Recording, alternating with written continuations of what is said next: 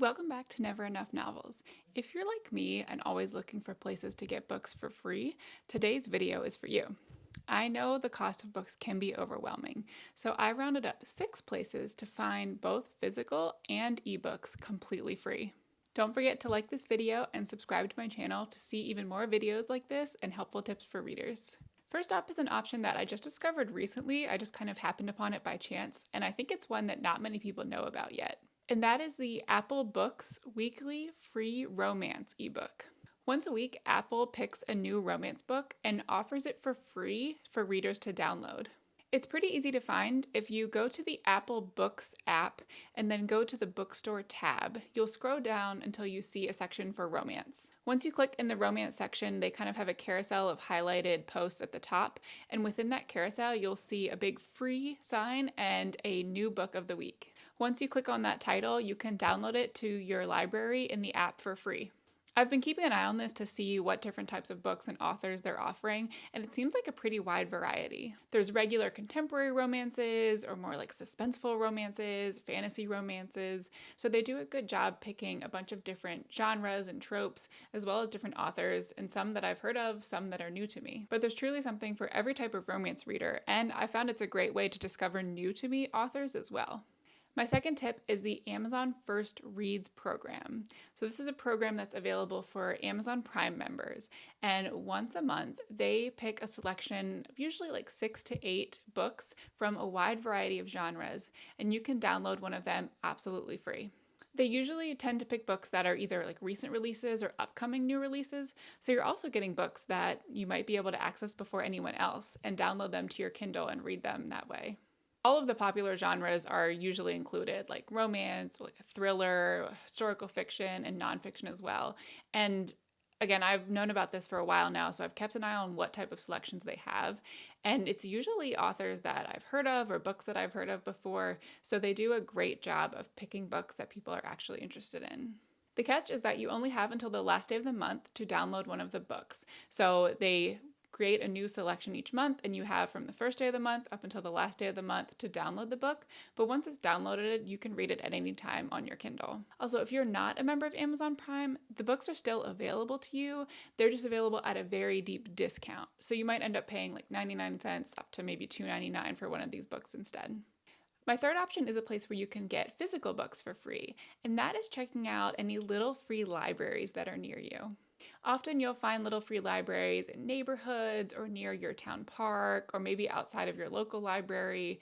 There's also a database where you can look up little free libraries and find ones that are close to you on the map. If you haven't heard of this concept before, little free libraries are basically almost like a little house that's usually up on a stand, and it's like a take a book, leave a book type option. Whoever maintains the library usually puts books in at the start or kind of keeps books in there, but anyone who's walking along and happens to see it can drop off books there so that you can go and check out what physical books are available for you to take home, and then they're yours to keep forever or return back if you would like to at some point. I put a link down below to where you can actually look and find little free libraries near you, or I've also had some success just looking on like googlemaps.com and typing in little free libraries, and sometimes they're able to locate them as well for you. Along those same lines with libraries, obviously, like your physical library is a great place to find books and check them out and take them home. But did you know that you can often also borrow ebooks and audiobooks for free from your library? There are a variety of free apps that each library can choose whether they want to participate with. So it's Hoopla, Cloud Library, or Libby is one of my favorites. And if your library works with that app or website, then you'll have access to an enormous digital collection of ebooks and audiobooks that you can download for free. It works pretty similar to a normal library where your library decides which books to include in the collection, and it has a certain number of copies of each book, whether it's like an ebook or an audiobook. So you can download that ebook for a checkout time, and it's available to you for like 2 or 3 weeks depending on your library's system. You can also put books on hold, similar to how you would at a normal library, and then you'll get a notification whenever that book is available for you. You can either call or visit your library's website to see which app they work with, and usually it's as simple as putting in your library card number, and then you'll have access to the entire collection.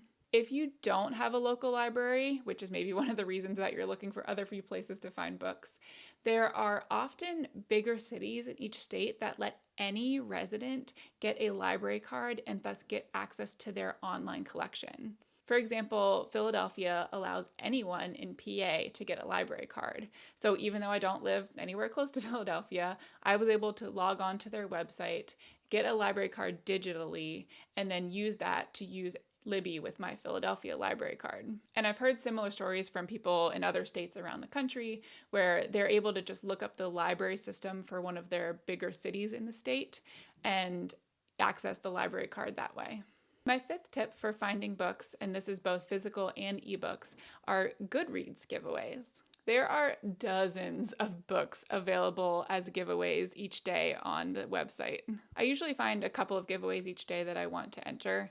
The selection is truly wild. You never know what you're going to see in the giveaways.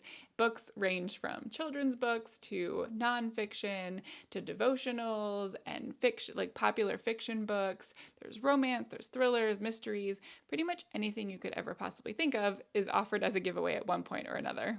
Although I tend to scroll through a lot that I'm not interested in, there's also plenty that I actually want to enter. If you're on the Goodreads website, you just go to their browse section, and then in that drop-down list, they have an option for the giveaways.